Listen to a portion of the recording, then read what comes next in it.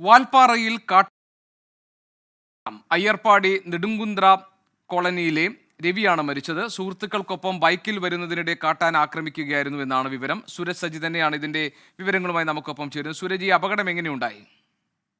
ഗോപികൃഷ്ണൻ, ഇന്നലെ ഈ തേൻ ഉൾപ്പെടെയുള്ള വനവിഭവങ്ങൾ വിൽക്കുന്നതിന് വേണ്ടി വാൽപ്പാറയിൽ എത്തിയതായിരുന്നു രവി. വിൽപ്പന കഴിഞ്ഞ് രവിയും സുഹൃത്തുക്കളും ബൈക്കിൽ മടങ്ങുന്നതിനിടയിലാണ് കാട്ടാനാക്രമണം ഉണ്ടായിരുന്നത്. ഒപ്പമുണ്ടായവർ ഈ ആക്രമണത്തിൽ നിന്ന് രക്ഷപ്പെടുകയും ചെയ്തു. പക്ഷേ രവിക്ക് കാട്ടാന വരുന്ന സമയത്ത് ഓടി മാറാൻ കഴിഞ്ഞില്ല എന്നുള്ളതാണ് മനസ്സിലാക്കാൻ കഴിയുന്നത്. പിന്നീട് രവിയെ കാട്ടാന ആക്രമിക്കുകയായിരുന്നു. തൽക്ഷണം തന്നെ മരണം സംഭവിച്ചു എന്നുള്ളതാണ് മനസ്സിലാക്കുന്നത്. പിന്നീട് ഈ വാൽപ്പാറയിലെ തന്നെ സർക്കാർ ആശുപത്രിയിലേക്ക് രവിയെ മാറ്റുകയായിരുന്നു. എന്നാലും മൃതദേഹം നിലവിലുള്ളത് ഈ വാൽപ്പാറ സർക്കാർ ആശുപത്രിയിലാണ്. അല്പസമയത്തിനകം തന്നെ ഈ പോസ്റ്റ്മോർട്ടം നടപടികൾ ഉൾപ്പെടെ പൂർത്തിയാക്കി മൃതദേഹം വിട്ടു നൽകും. ആഴ്ചകൾക്ക് മുൻപാണ് ഈ മേഖലയിൽ കാട്ടുപോത്ത് ആക്രമണത്തിൽ ഒരാൾ മരിച്ചത്. പ്രത്യേകിച്ച് ഇത് തമിഴ്നാട് കേരള അതിർത്തിയാണ് ഈ പ്രദേശം. ഇന്ന് സംഭവം നടന്നിരിക്കുന്നത് തമിഴ്നാട്ടിലാണ്. എന്നാൽ കേരള തമിഴ്നാട് വനാതിർത്തിയാണ്. ഈ മേഖലയിൽ തുടർച്ചയായി മനുഷ്യ വന്യജീവി സംഘർഷങ്ങൾ പതിവായിരിക്കുകയാണ്. വന്യജീവി ആക്രമണങ്ങളിൽ ജീവൻ നഷ്ടപ്പെടുന്ന വാർത്തകൾ ആഴ്ചകൾക്കിടെ ദിവസങ്ങളുടെ ഇടവേളകളിൽ പുറത്തു വന്നുകൊണ്ടിരിക്കുന്ന ഒരു സാഹചര്യമാണുള്ളത്. ഗോപികൃഷ്ണൻ.